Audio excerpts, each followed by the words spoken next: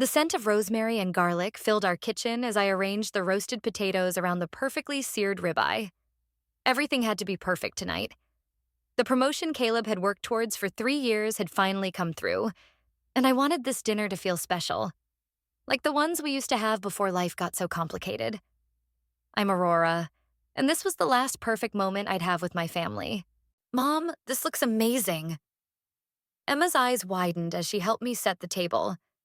My 16-year-old daughter still had that way of making everything seem magical, even a simple family dinner. Mason slouched in, his college textbooks tucked under one arm. Dad's running late again? He texted. 20 minutes. I adjusted the wine glasses, making sure they caught the light just right. He said he has big news about the promotion. Bigger than being named Vice President of Technology? Emma arranged the napkins with precise angles, a habit she'd picked up from her father. The front door opened and Caleb's footsteps echoed through the foyer. Different somehow. Heavier. When he appeared in the doorway, his face was set in stone. Everything okay, honey? I moved to kiss him, but he stepped back. We need to talk. His voice was flat. All of us. Mason straightened in his chair. Dad, I've met someone. Caleb's words fell like ice into still water.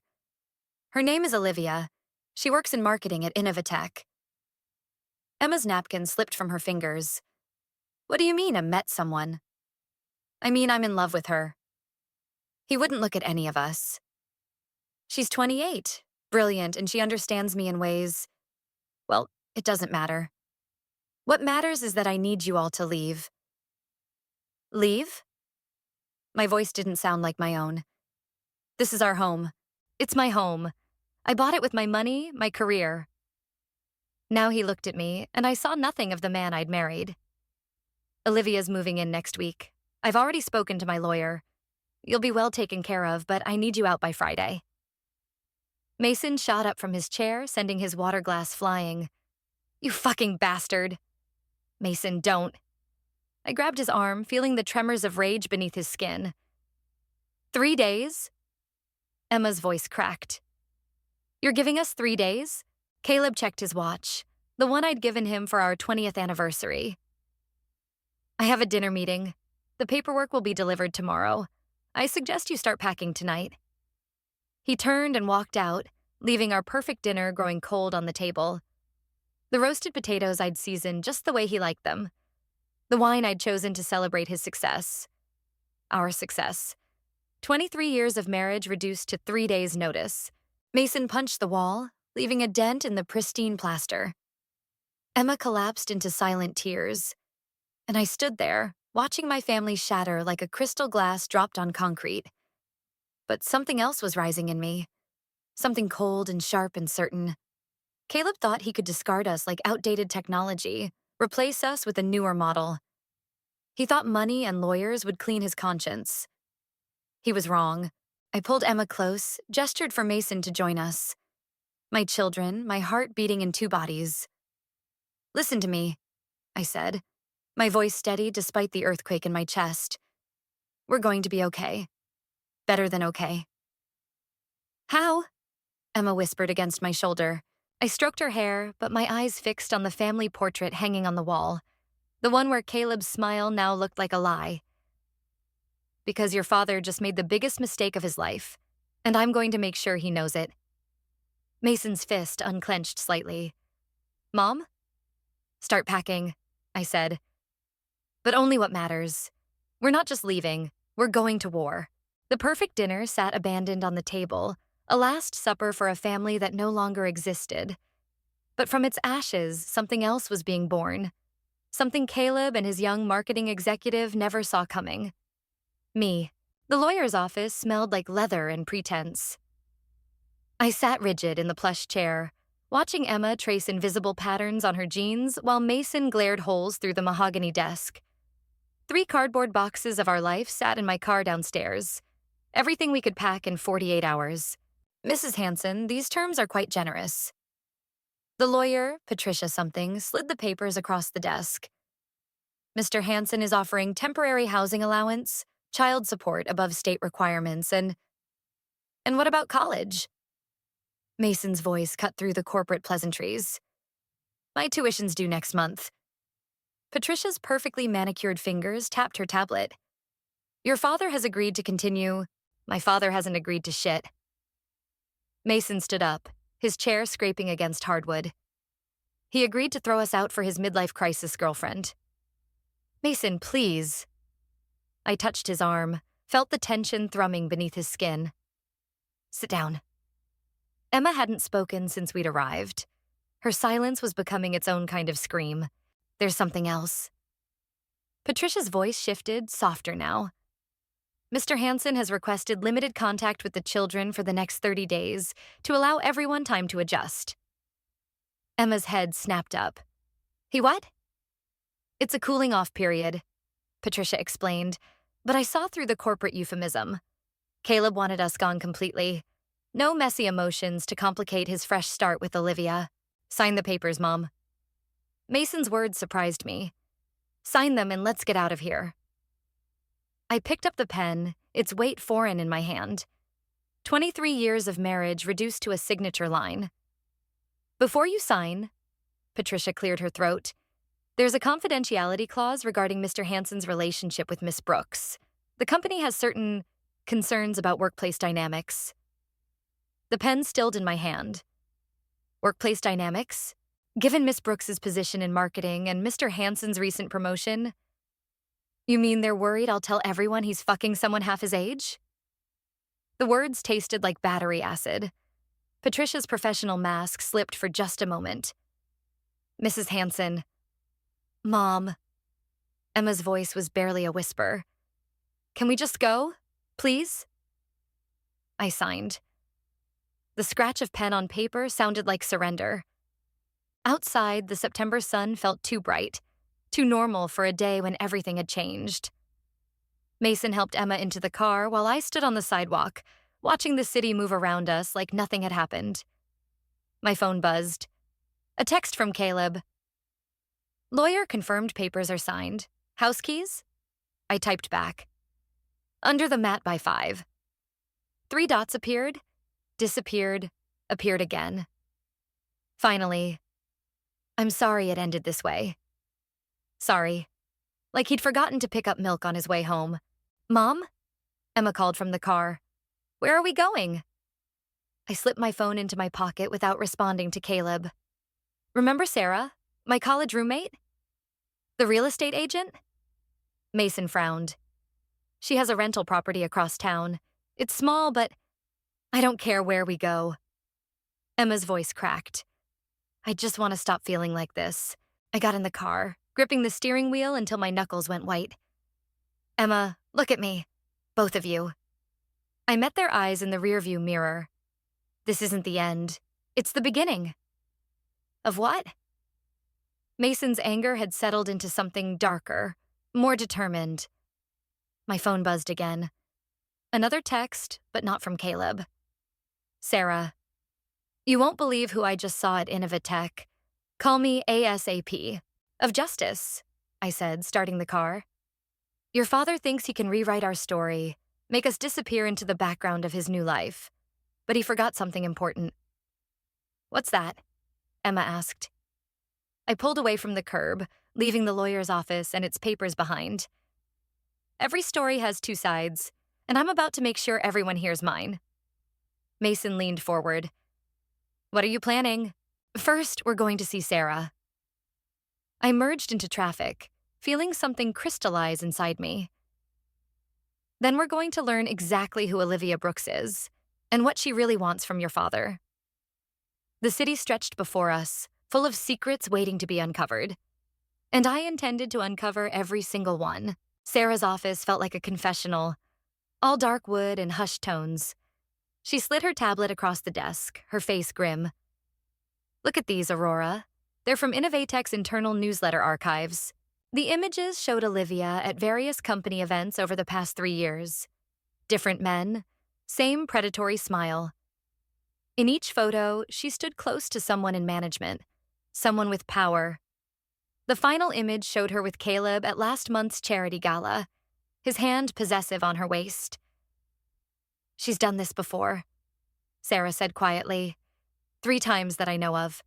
Always married executives, always during major company transitions. My fingers traced the screen, stopping on Caleb's face. The promotion wasn't because of his work, was it? Olivia's uncle sits on the board. The same uncle who approved the last 3 promotions of men she was involved with. The coffee in my stomach turned to acid. And the others? Divorced, demoted. One left the country. Sarah leaned forward. But here's what you need to know. She's not just after Caleb. She's after his position. My phone buzzed. Emma. Dad's moving the rest of our stuff to storage tomorrow. Says we have to be there to claim what we want. I ignored it. Tell me everything. Sarah pulled up more documents. Olivia's been strategic. Each man she targeted held positions she wanted access to. The affairs always coincided with corporate restructuring. And Caleb? His new position puts him in charge of the company's digital transformation project. 9-figure budget, complete autonomy. Jesus. The pieces clicked together like tumblers in a lock. She's using him. Aurora? Sarah hesitated. There's more. Remember James Morton?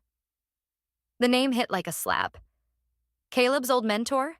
The one who killed himself last year after the embezzlement scandal? Olivia was his assistant before moving to marketing. My hands started shaking. No. The investigation was buried, but I have friends in HR. The money trail led to offshore accounts, but they could never prove who set them up. Mason's voice came from the doorway, making us both jump. So she's not just destroying families, she's stealing from the company? Mason. I stood up. You should be at the rental with Emma. She's with her counselor. He stepped into the office, jaw set. I heard everything, Mom. We can't let her do this to Dad. Your father made his choice, I said, but the words felt hollow. Did he? Mason grabbed the tablet, scrolling through the photos. Or did she choose him, like she chose the others? Sarah cleared her throat. There's something else. The company's annual leadership retreat is next weekend. Caleb's scheduled to present the transformation project.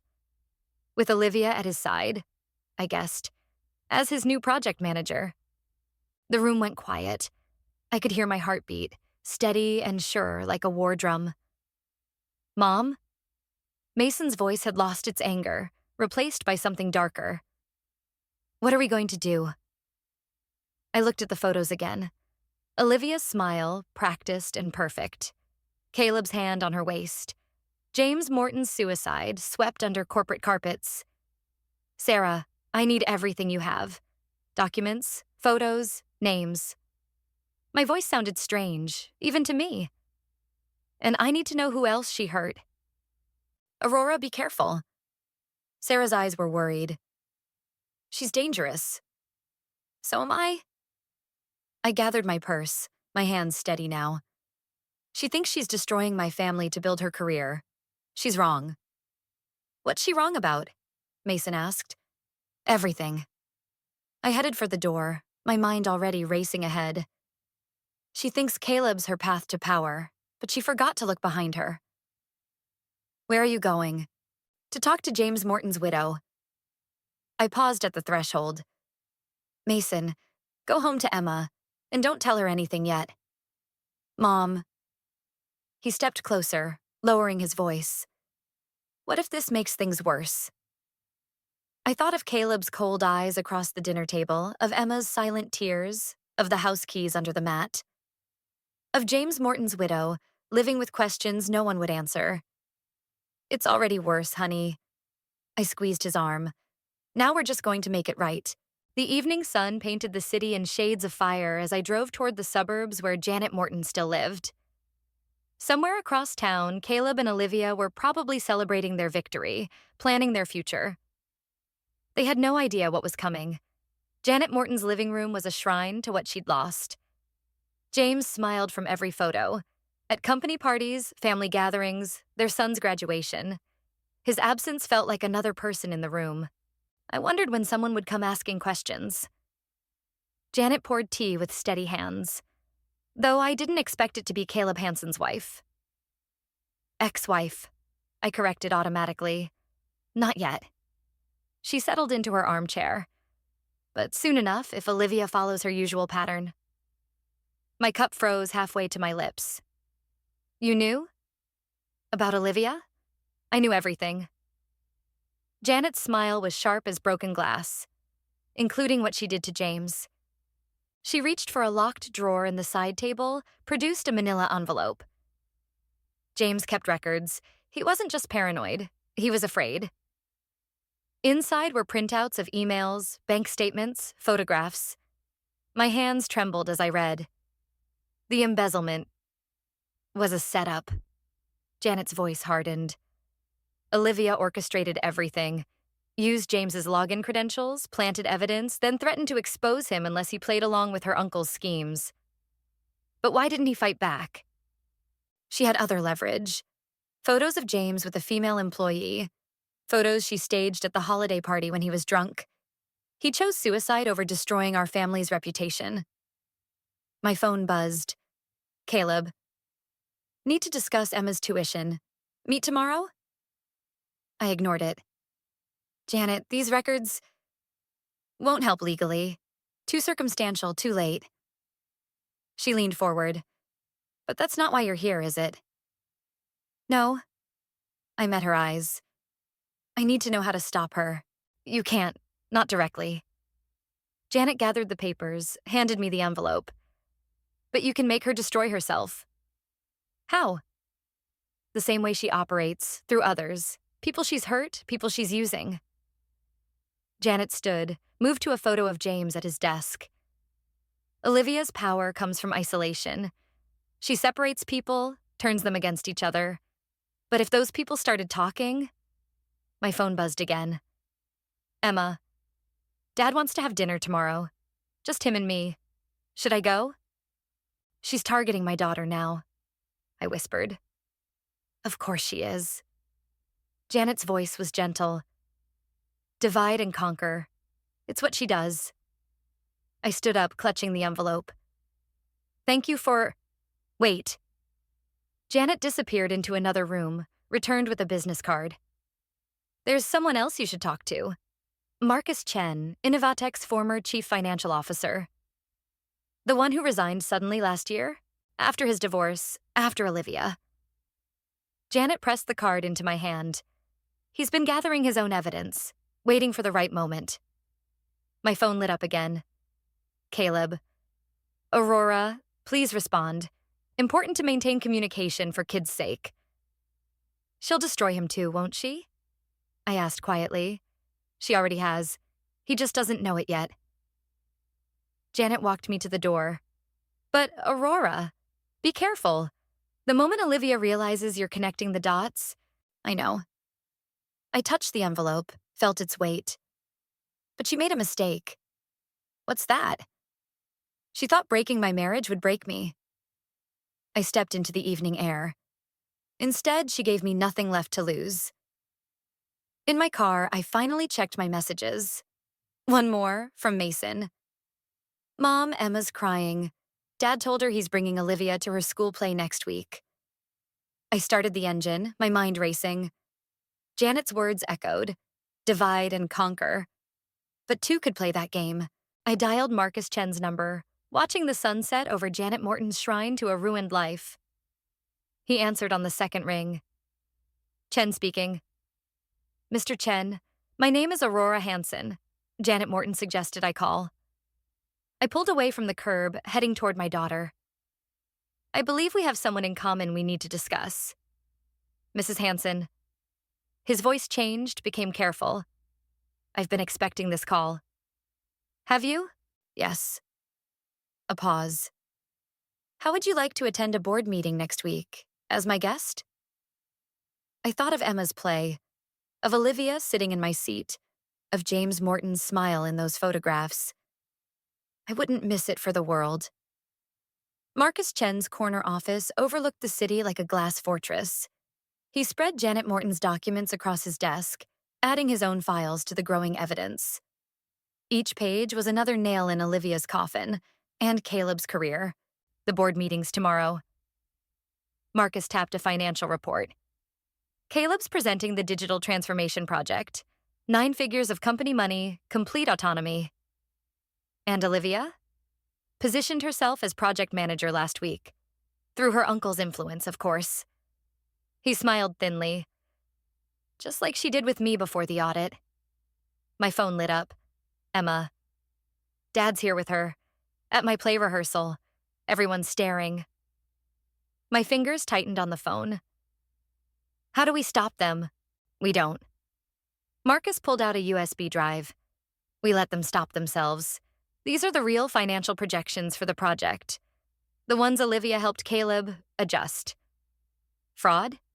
Enough to trigger an SEC investigation. He slid the drive across the desk. Tomorrow, Caleb presents his fantasy numbers to the board. Then I present these. My throat went dry. You're going to destroy him. No, Aurora. Olivia already destroyed him. We're just turning on the lights. Another message. Mason. Mom? Emma ran off stage crying. Dad's acting like nothing's wrong. There's something else you should see. Marcus pulled up an email chain. Olivia's been communicating with your divorce lawyer, helping Caleb build a case for full custody. The room tilted. What? She's systematically eliminating threats. You, the children, anyone who might interfere with her plans. He leaned forward. The question is, what are you willing to do about it? I stared at the USB drive. 23 years of marriage, 2 children, a lifetime of memories reduced to evidence of corporate fraud. If we do this, I said slowly, everyone gets hurt. Not just Olivia. They're already hurt. Marcus's voice softened. Ask yourself, what happens if we don't? My phone buzzed again. A photo from Emma. Olivia sitting in my usual seat, her hand on Caleb's arm, both smiling while Emma stood alone on stage. The board meeting's at 10, Marcus said. I'll need your answer by 9. I picked up the USB drive, felt its weight. What happened to your children? After your divorce? His face tightened. Olivia convinced my ex-wife I was unstable. Dangerous. I haven't seen them in 8 months. The drive felt hot in my palm. A weapon or a shield, I wasn't sure which. 9 o'clock, I said, standing. Aurora. Marcus's voice stopped me at the door. Whatever you decide, remember, Olivia's counting on your conscience, your decency. It's what makes you vulnerable. No, I turned back. It's what makes me different from her. Outside, the city lights blurred through tears I refused to shed. My phone rang. Caleb. Aurora, we need to talk about Emma. Do we? She's struggling. Maybe it's time to consider alternative arrangements. Alternative arrangements. Like James Morton's suicide. Like Marcus Chen's lost children. You're right, I said. Things need to change. I'm glad you understand. Olivia thinks... Goodbye, Caleb. I ended the call, staring at the USB drive. Tomorrow at 9, I'd have to choose between destroying my children's father and letting Olivia destroy us all. My phone lit up one last time. Emma. Mom, please come get me. I started the car, my decision crystallizing like ice. Olivia thought she could use my conscience against me. But she forgot something crucial. A mother's love isn't decent. It isn't clean.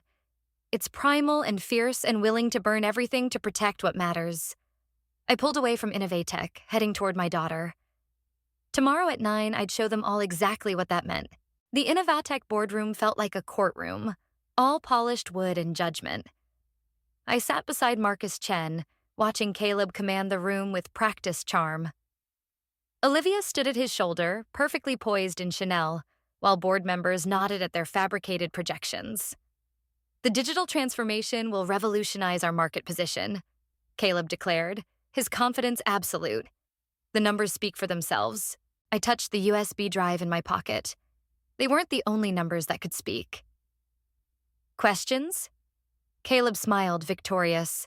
Marcus shifted beside me, ready to stand. But before he could, Olivia stepped forward. Actually, I have something to add. She clicked to a new slide. My heart stopped. There on the screen was an email chain between Marcus and me. Our entire plan, exposed. It seems we have a situation, Olivia continued smoothly. A disgruntled ex-employee conspiring with a bitter soon-to-be ex-wife to sabotage this project. Marcus went rigid. How did you— Your encryption needs work. She smiled, all teeth. Just like your custody agreement needed work. The board chairman leaned forward. Mr. Chen, is this true? I stood up, USB drive in hand. The real numbers are irrelevant, Olivia cut in. What's relevant is the restraining order being processed against both of you for corporate espionage and harassment. Caleb wouldn't look at me. His hands gripped the podium, knuckles white. Security will escort you out, Olivia continued. And Aurora? Emma's custody hearing is tomorrow. I'd hate for this incident to influence the judge's decision. The room spun. She'd known. All along, she'd known and let us walk right into her trap. You can't, Marcus started. I already have. Olivia's voice dropped. Did you really think I wouldn't protect what's mine? Security appeared at the door. Professional, discreet, ready to remove the troublemakers. I looked at Caleb one last time, searching for any trace of the man I'd loved. He finally met my eyes and I saw something there. Doubt? Regret? But then Olivia touched his arm and the moment shattered. Outside, Marcus slumped against the wall. She'll destroy everything. Everyone. My phone buzzed. Emma. Mom? There are police at school asking questions about you. What's happening? Then Mason. Dad's lawyer called. Said you're having a breakdown. They're filing for emergency custody. The ground seemed to tilt beneath my feet. In one morning, Olivia had taken everything. My children, my credibility, my chance at justice. I'm sorry, Marcus whispered. I thought we could stop her. We still can. The words surprised me, rising from some deep, unbroken place. How? She has everything. No. I straightened, remembering Janet Morton's shrine of photographs. She has evidence, documents, legal maneuvers, but we have something she'll never understand. What's that? The truth. I pulled out my phone, dialed Janet's number. And people willing to tell it no matter the cost. Aurora, don't. Marcus grabbed my arm. Think about what you're risking. I thought about Emma crying on stage, Mason's rage, James Morton's suicide, Marcus's lost children, all the lives Olivia had casually destroyed in her climb to power. I'm not risking anything, I said. She's already taken everything. Now it's her turn to lose. Janet answered on the first ring. I saw the police reports. Are you okay? No. I watched security escort Marcus to his car. But I will be. Get everyone together. Everyone she's hurt. It's time to tell their stories. She'll fight back harder. Let her. I headed to my own car, determination replacing despair. She thinks she's won because she has power, money, influence. But she forgot something important. What's that? I started the engine, watching Olivia and Caleb emerge from the building, triumphant. The thing about truth?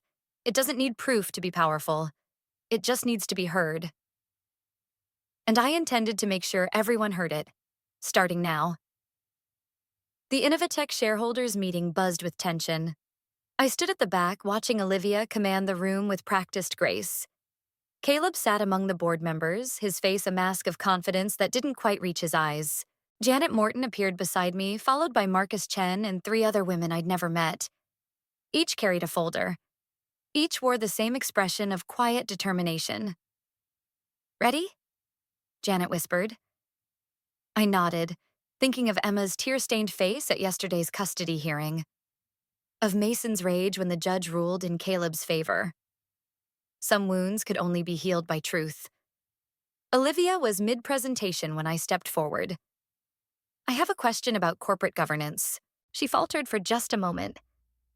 Questions will be addressed at, specifically about James Morton's death. The room went silent.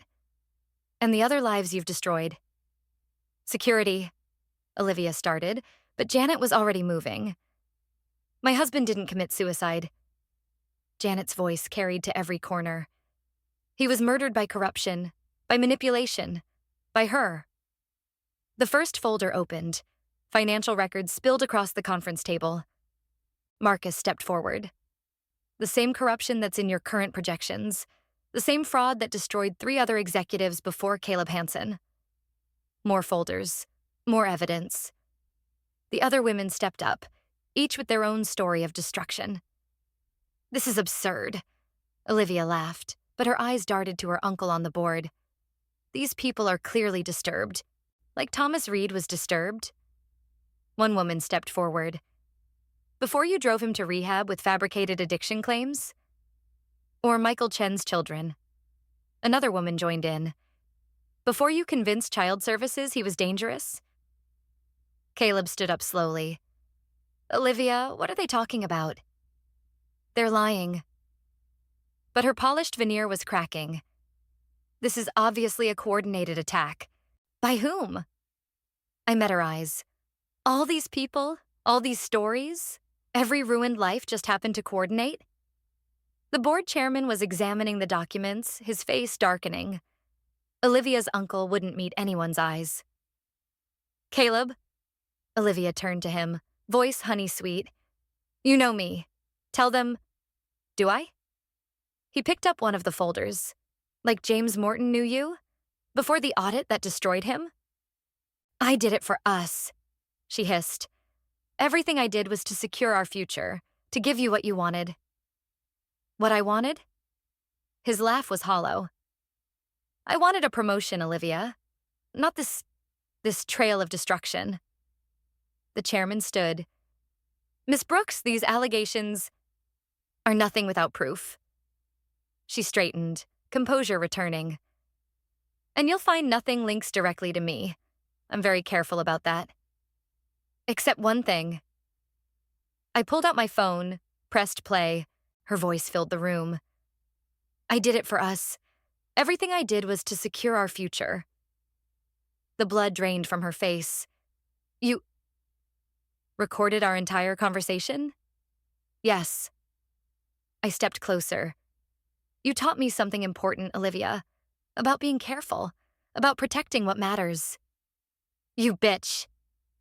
She lunged forward, mask finally shattering completely. Security caught her arms as the chairman called for an immediate board meeting. Caleb stared at the evidence scattered across the table, 23 years of marriage weighing against 6 months of lies. Aurora, he started. Don't. I gathered my phone, my dignity. This wasn't for you. It was for every life she destroyed, every family she broke. Including ours? Our family was broken the moment you chose power over love. I turned to leave, then paused. The custody hearing appeal is Monday. Don't fight it. I won't. His voice was quiet. I'm sorry. I know. And I did know. But knowledge wasn't the same as forgiveness. Outside, Janet touched my arm. It's over. No. I watched Olivia being escorted out, her carefully constructed world crumbling around her. It's just beginning. For all of us. The morning sun felt different on my face.